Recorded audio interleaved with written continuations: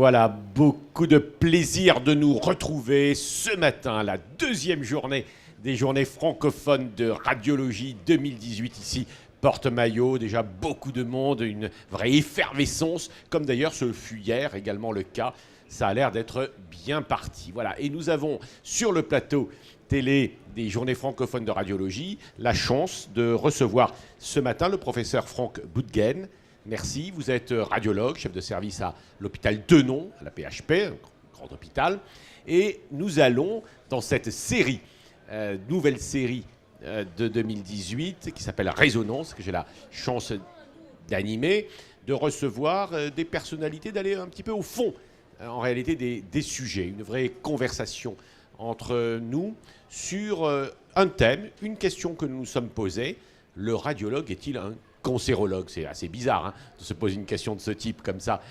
Non, Franck Boudgen? Non, c'est intéressant. Je trouve que c'est une question très pertinente, hein, puisqu'on parle aussi de la pertinence des examens d'imagerie. Non, la réponse est oui. Alors, oui, pourquoi je dis oui? Parce qu'on sait que plus de 30% de l'activité des radiologues est tournée vers la cancérologie. Et je pense que réellement, cette activité va encore croître. Certains d'entre nous ont une activité à 100% cancérologique, donc ils sont réellement des cancérologues. Pourquoi? Parce qu'ils interviennent à tous les stades de la maladie. Nous intervenons au moment du dépistage et du diagnostic précoce. On a eu une très belle séance ce matin, très complémentaire, sur les 3 grands cancers qui tuent aujourd'hui pour le dépistage. Donc on a parlé du cancer du poumon, et là il y a un enjeu majeur, et on va voir les développements, et il y a des études qui vont démarrer en Europe, et là on est sur un sujet qui va intéresser toute la communauté radiologique. On a parlé du cancer du sein, et on sait que le dépistage est là présent depuis des années, il est en train de se personnaliser, il est en train de changer. Et donc là aussi, on voit très bien qu'il y a des développements, des améliorations encore importantes à venir. Et puis on a parlé du dépistage du cancer du foie, qui est aussi un grand tueur, je dirais, hein, si on peut dire ainsi, les cancers primitifs du foie. Et donc on voit que dans cette séance sur le dépistage, on a vu très très bien que le radiologue avait un rôle d'ores et déjà très important, qu'on connaît dans le dépistage du cancer du sein, mais qui va être très important aussi dans le dépistage du cancer du poumon, dans le dépistage du cancer du foie.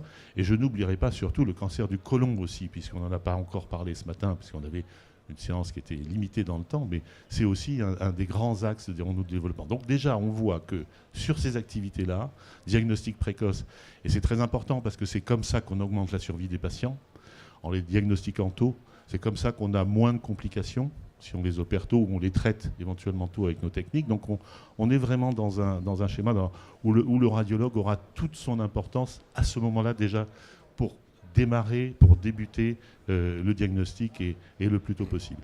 Alors oui, on comprend assez bien ça. C'est-à-dire, en réalité, l'image vous permet d'aller en lien avec, quand même, j'imagine, le confrère cancérologue ou peut-être généraliste, etc., d'aller très en amont, de diagnostiquer.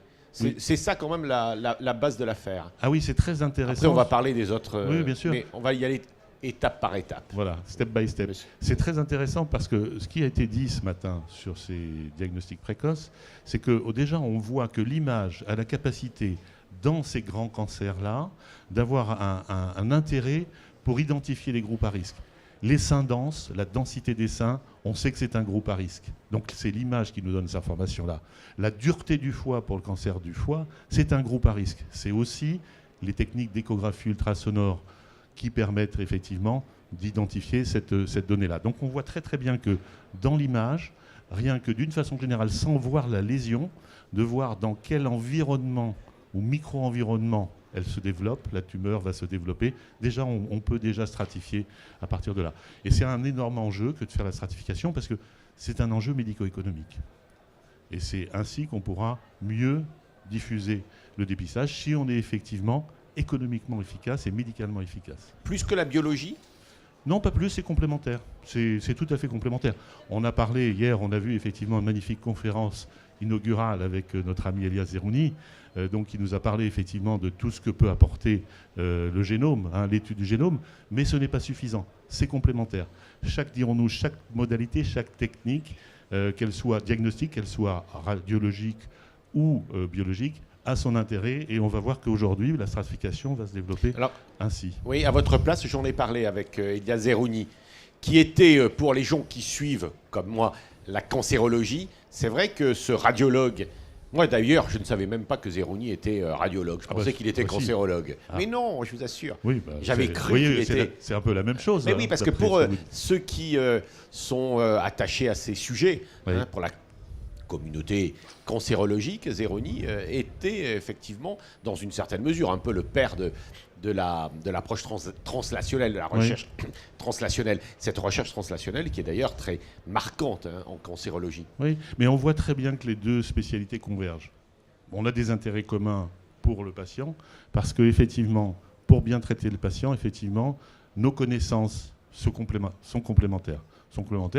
Et elles ne sont pas du tout concurrentielles. Et là-dessus, je peux vous dire qu'au quotidien, moi je vois très bien dans la pratique, dans l'établissement, qu'effectivement, il y a une communauté d'intérêt avec nos collègues cancérologues. Et ils sont très intéressés par tout ce qu'on développe, parce qu'ils ont effectivement bien compris qu'effectivement on était tout à fait capable d'améliorer la prise en charge et qu'on était vraiment au cœur de la prise en charge des patients atteints de cancer. Alors lui, qui est un chercheur, dit que c'est vraiment absolument central dans l'évolution de la recherche et qu'il y ait ces liens, qu'il n'y ait plus de silos et que les spécialités travaillent ensemble. Mais en pratique, dans le soin, dans l'approche médicale, dans les services que vous évoquez, ça se fait aussi, parce qu'en France, on aime bien quand même les compartiments, on aime bien les silos. Alors voilà, tout à fait. C'est difficile de développer la transversalité. Alors les journées françaises de radiologie, c'est une occasion magnifique de développer la transversalité. Moi, j'essaye autant que possible d'inculquer cette approche-là à mes collègues, à mes proches et à d'autres confrères. Parce qu'effectivement, de repenser son activité spécifique d'organe à partir d'une transversalité, ça permet aussi d'évoluer et d'avoir une approche plus complète, que moi j'estime plus holistique, si on peut dire ainsi. Donc ça c'est un point important. Sur tout ce qui a été développé sur l'approche, dirons-nous, génomique, c'est aussi une nécessité aujourd'hui, puisque on voit qu'il y a certains cancers qui ne sont pas spécifiques d'organes. Et quand on travaille sur les récepteurs, par exemple, on va découvrir qu'un cancer pourra être soigné par le même médicament qui soigne un cancer de l'estomac, par exemple, et un cancer de l'ovaire. Donc on voit très bien que de ce côté-là, le cancer n'est pas forcément limité à un organe. C'est une maladie qui est plus, dirons-nous, dans laquelle la connaissance aujourd'hui doit être beaucoup plus globale sur l'ensemble de l'organisme. Oui, les protéines, les récepteurs, les anticorps se moquent en réalité de l'organe. Voilà. On pourrait dire ça un peu comme ça. Oui, c'est un petit peu ça, oui, c'est bien. Et d'ailleurs, on voit très bien aujourd'hui les progrès de l'immunothérapie, par exemple. On a eu des sessions hier, on a eu une très belle session aussi de la Fédération d'imagerie du cancer sur la réponse tumorale, l'évaluation de la réponse tumorale. Elle a été très suivie. Il y avait une influence réelle. Pourquoi ? Parce que effectivement, on avait jusqu'ici tendance à dire, voilà, quand on fait un examen scanner corps entier d'un patient atteint de cancer, oui, tu comprends. Alors j'aime bien la formule de ma collègue Caroline Caramella qui a présenté hier sa présentation sur ce sujet. Elle nous disait, mais voilà, non, il ne faut pas dire qu'il s'agit simplement de compter les boules. Aujourd'hui, compter les boules. Ça, c'est une expression de radiologue, si vous me permettez. Aujourd'hui, dans la pratique courante, ce n'est pas ça le travail du radiologue à la console quand il suit un patient atteint de cancer. Si on fait la bonne évaluation, parce qu'il y a différents critères, on avait des critères RECIST, mais aujourd'hui, il y a d'autres critères, notamment avec les thérapies ciblées et l'immunothérapie. Il y a d'autres critères qui sont en développement et qui sont là. Et à partir de ces critères-là, on va pouvoir, le rôle du radiologue, c'est de pouvoir déterminer si le patient est non répondeur ou pas. Vous imaginez, c'est essentiel dans les RCP. Ça permet effectivement aux collègues d'adapter le traitement. Vous savez que ces traitements sont très coûteux. Pourquoi c'est le... Attendez, on y va étape par étape, monsieur le professeur. Oui. Pourquoi c'est le radiologue qui dira plus que l'oncologue si le malade est réceptif ou... En fait, nous avons la capacité de définir des biomarqueurs en imagerie. Les différents critères, Choi, je ne vais pas vous les citer tous, Choi, ASL, enfin, on les connaît. Et tous ces critères, si vous voulez, permettent de définir s'il existe une réponse ou non. Pardon. Et donc, c'est le radiologue qui, à la lecture des images, va être capable de dire, en interprétant correctement, et c'est tout l'intérêt et l'importance justement de ces sessions, l'amélioration de ses connaissances sur la réponse tumorale, qui vont permettre de dire oui ou non, ce patient est non répondeur. Et ça, c'est vraiment un point fondamental. Et je crois que là, ça va être de plus en plus, avec l'arrivée de toutes ces thérapies, parce que vous savez que chaque année, il en sort des quantités. Aujourd'hui, toutes les industries pharmaceutiques développent des produits. Nous sommes, derrière nos consoles, à évaluer l'efficacité en temps réel de ces produits.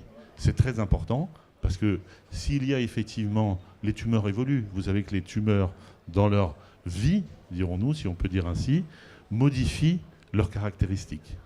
Modifient leurs caractéristiques génomiques parce qu'il y a une sélection de certains clones et donc à partir de là, elles échappent. Et à ce moment-là, il faut effectivement changer de traitement.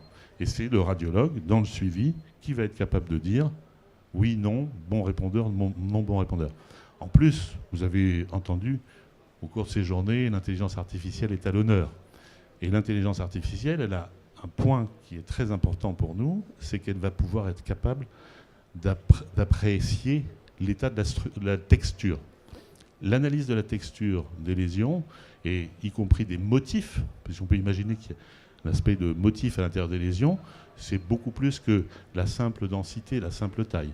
Et ces données-là vont être des biomarqueurs à terme qui nous permettront de dire oui, non, bonne réponse, mauvaise réponse, évolution, pas évolution, voilà. Donc ça, c'est important. Oui, sans s'en rendre compte, on a un peu quitté la radiologie diagnostique, là. Non, on est dans la radiologie diagnostique, on n'est plus dans le diagnostic précoce, j'en conviens. Mais on est...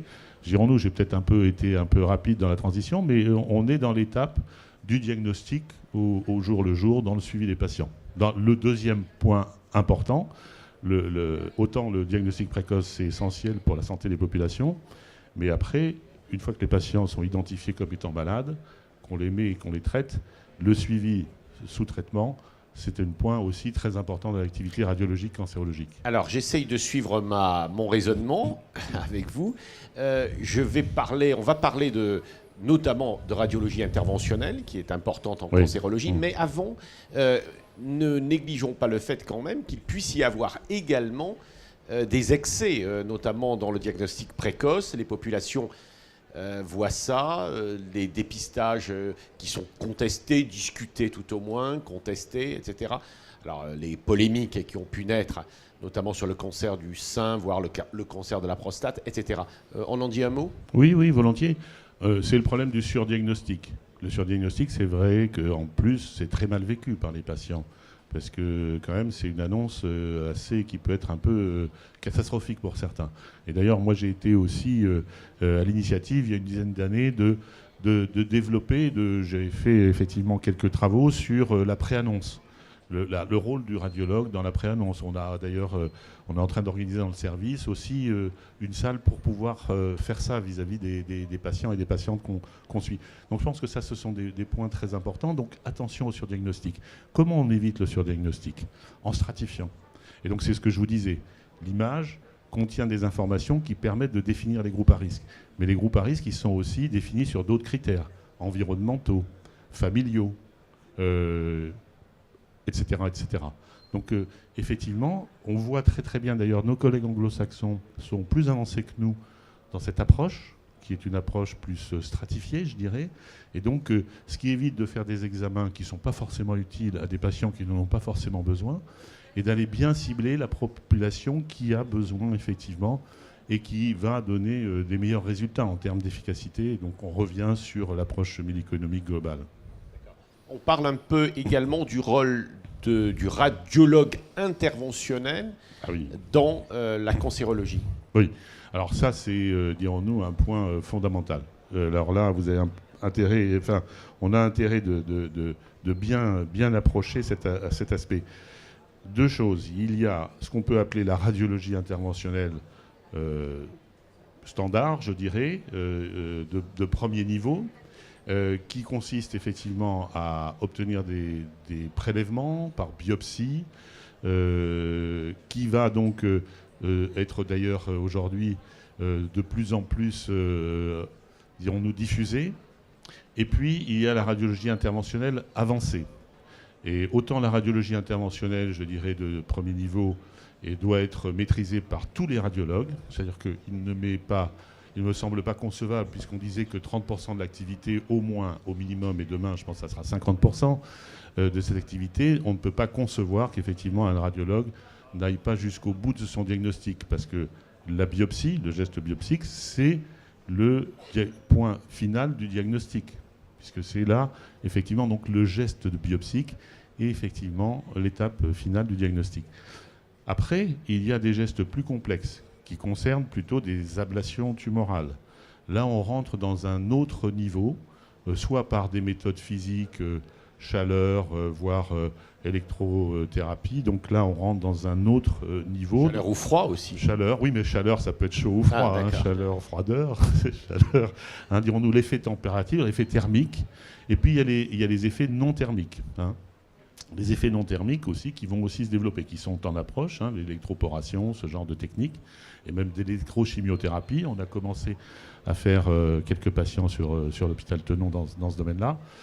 Ce sont effectivement des domaines d'avenir, des domaines, mais là où effectivement on a un effet thérapeutique, et là on est effectivement dans un niveau de compétence, de complexité bien supérieur, et là on a besoin d'opérateurs spécialisés. Donc ça c'est aussi ce que va permettre la nouvelle maquette de la formation des radiologues.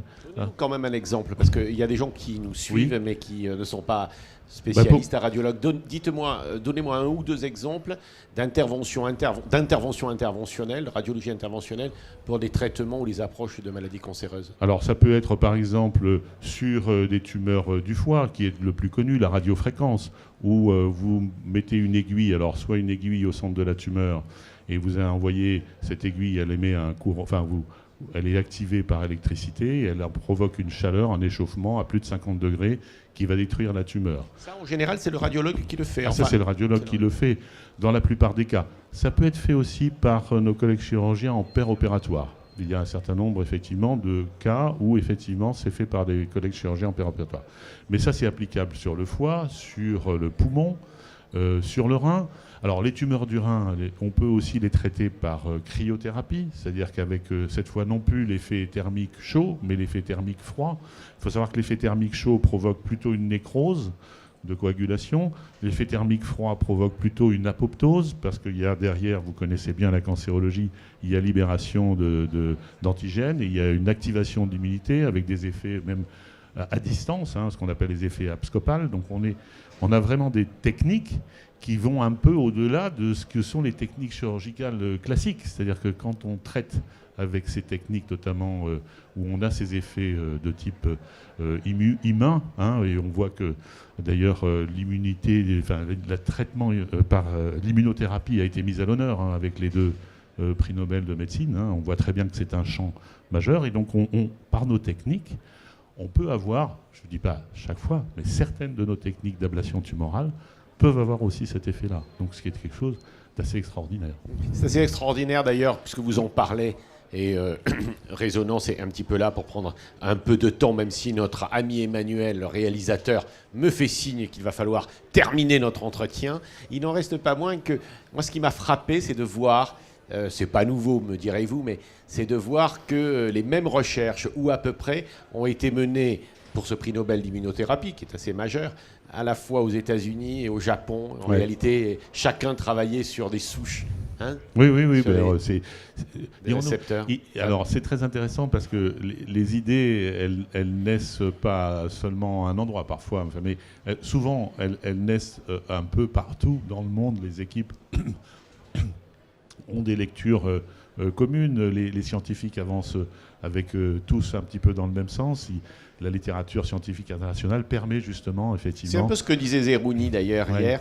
Moi j'ai bien aimé ça. En réalité, les traitements de demain, ils sont déjà là. En Oui. réalité, Ah on bah le oui. sait simplement. On ne s'en rend pas tout à fait compte. Oui, oui, Et mais même pour ce qu'on disait sur le dépistage, hein, les données, ça a commencé dans les années 2000, hein, donc on est déjà quasiment 20 ans plus tard. Donc les résultats des études qui ont été menées il y a 10 ans sont sortis, maintenant seront reconfirmés, et on voit que les choses On va sont en terminer cours. notre entretien, Franck Boutgen. Dites-moi, vous êtes aussi un responsable professionnel. Oui. Je voulais m'attacher à une question. Est-ce que tout le monde est bien d'accord sur cette histoire et sur le rôle du radiologue dans des nouvelles disciplines, et notamment la cancérologie, puisque nous parlons ce matin de cancérologie. Vous me dites que l'oncologue, il est tout à fait content. Oui. Le chirurgien, l'INCa, elle a bien compris, l'Institut national du cancer, votre Alors, le chirurgien, certains chirurgiens voient bien l'intérêt et la complémentarité de nos techniques, ce qui est le cas dans la majorité des cas. D'autres, sur des approches un peu anciennes, je dirais, pas pour dire rétrograde ou ringarde, ont une vision plutôt, dirons-nous, d'être mis en concurrence. Mais ce n'est pas du tout le cas. Pour nous, l'essentiel, c'est d'être complémentaires. D'ailleurs, les RCP y aident. L'INCa, je ne vais pas me fâcher avec l'INCa, mais l'INCa, moi je n'ai pas l'impression que la radiologie soit vraiment entendue comme elle devrait l'être au niveau de l'INCa. Pourquoi ? Parce que je crois qu'aujourd'hui, il est indispensable que nous ayons effectivement une approche non plus par maladie, parce que l'INCa travaille souvent par maladie, par grands problèmes, par silo, je dirais, hein, par organe prostate, par cancer du sein, voyez, alors que la radiologie donne cette approche qui est beaucoup plus transversale, et j'ai déjà à plusieurs reprises plaidé auprès de l'INCa pour qu'on ait effectivement la place, que la radiologie ait toute sa place dans les programmes de l'INCa. Je pense que les mentalités évoluent. Cette intervention peut-être aidera à cette prise de conscience. En tout cas, je l'espère. Je vous en remercie d'ailleurs sincèrement. Mais voilà, je pense qu'effectivement, j'aime bien aussi dire les choses de façon claire et directe, parce que je pense que c'est comme ça qu'on avancera. Et est-ce que vous avez, c'est ma dernière question, Oui. est-ce que vous avez invité des cancérologues ici aux Oui. journées francophones de radiologie? Il y en a. Oui, mais bon, je les ai pas encore vus et ils n'ont pas forcément la disponibilité. Mais je pense que ça, vous avez raison, il faut peut-être faire plus encore d'efforts. Bon, ça dans ce sera sens-là. peut-être pour 2019. Non, mais je les avais déjà invités l'an dernier. Je donne les noms des collègues, parce que je pense que c'est important. Bon. Et on insistera l'an prochain. Je pense que c'est Merci Franck Boutgen d'être venu sur le plateau télé des JFR et dans ce programme Résonance. Vous étiez notre deuxième invité. Merci beaucoup, bon congrès et à bientôt. C'est moi qui vous remercie. Bonne journée.